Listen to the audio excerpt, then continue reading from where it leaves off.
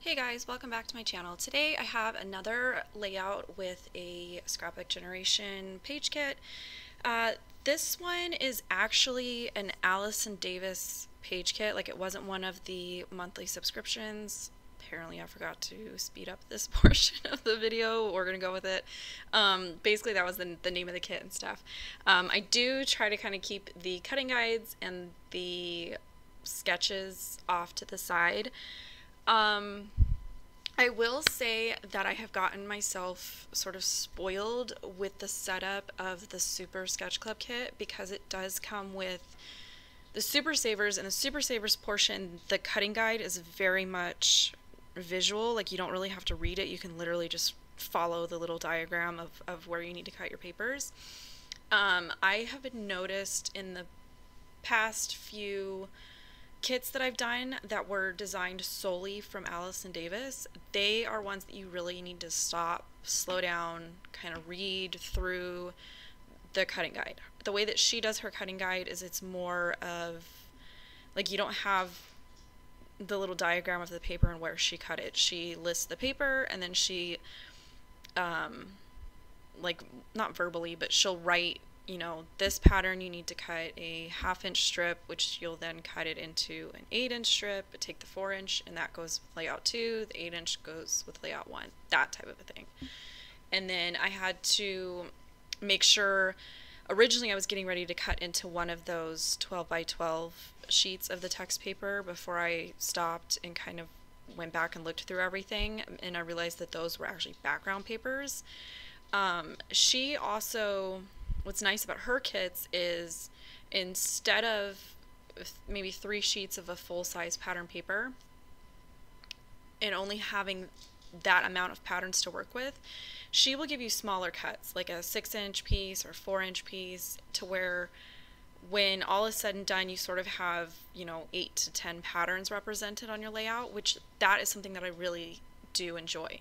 Her style though is a little bit more, I guess, like white space around the edges, and that's something that I personally struggle with. Like, it's just not something that I love, but I do like some of her kits, and whether it's the paper that she used or the design of the photos or just the theme of it and stuff. So a lot of times, even though it's not something that is necessarily my go-to absolute favorite, I will still work my way through it, and I can always come back and add stuff to it. I chose not to add anything at this point because it is a 3-page kit and this is only page 1.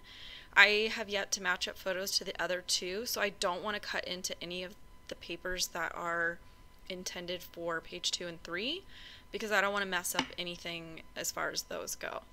A lot of times if I get to, say, the 3rd part of a kit like this and I can kind of see, okay, I've already got 2 layouts done, this is what's left over, this is what I have available to work with, that's kind of when I'll say, you know what, I'm going to add another extra strip of paper here, I'm going to do this, or I'm going to do that.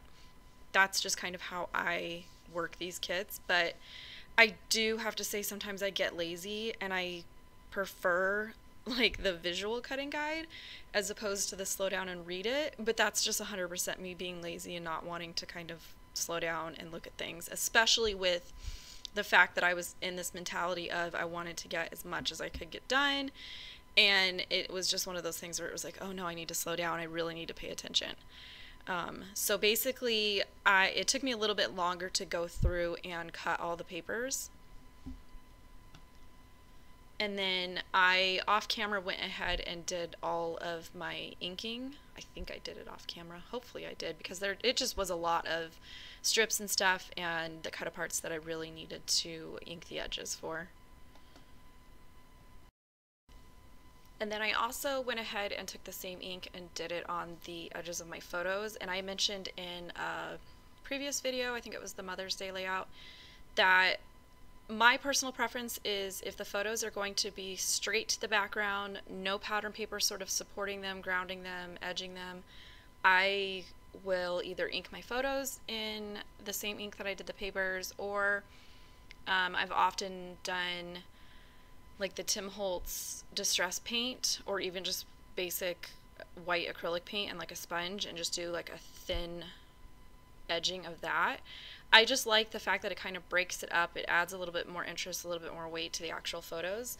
And then the sketch or the sample and stuff showed 2x2 photos as part of the collage on the right. I kept the 2 on the upper right corner. Those are the 2x2s that were depicted in the sketch. But I didn't have another 2 that I felt like I could crop them down into a 2x2. And I really wanted to be able to include the one of, it's the back of my son, and it's kind of hard to see what he's doing, but he's basically pushing her on her big wheel up and down the sidewalk. They would take turns doing that. And it was kind of this long and skinny, so I chose to, instead of the 2x2 photos stacked on top of each other in that spot, I decided to crop mine down into a 2x4. And that's something that I will do anytime that I'm using these kits, where, you know, say the kit calls for 8 photos and I'm using 9 or 10, I will edit my photos to either fit within where they're showing the photos to be, or I'll even edit a couple extra smaller ones and sort of put them in with embellishment clusters and just make my photos sort of fit for that layout, if that makes any sense. I believe all the photos on the left are the same size and orientation that she had shown in her sketch. And then from there, it was pretty much just putting all of these little strips to sort of build up like the focal point of the layout.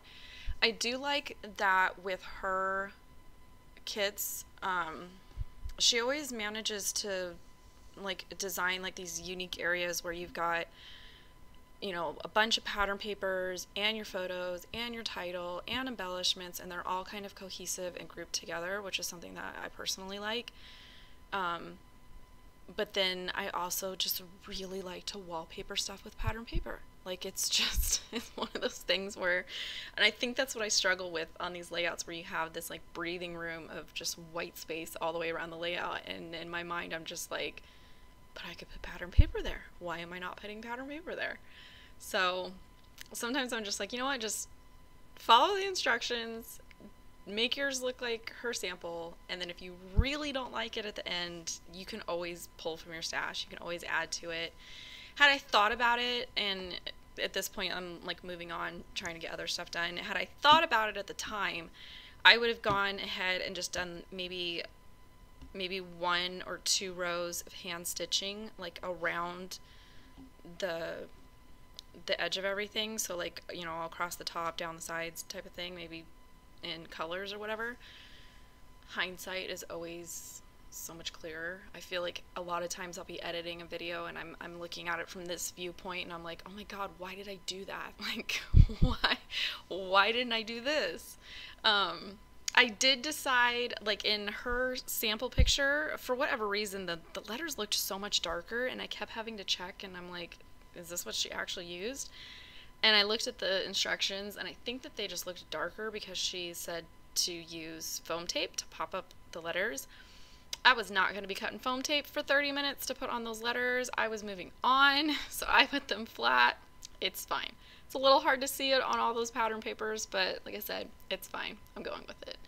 My journaling, I decided, once I saw that her sample had this 3x4 card and it had this open area, I just decided, you know what, I'm not going to do the journaling strips. I'm going to go ahead and format my journaling to fit within that 3x4 card. And so that was basically what I did. So here you can see the completed layout and a couple detail shots of the layout. And I will be back in another day or two with another layout featuring a Scrapbook Generation kit for a Speed Scrap Challenge. Thanks for stopping by.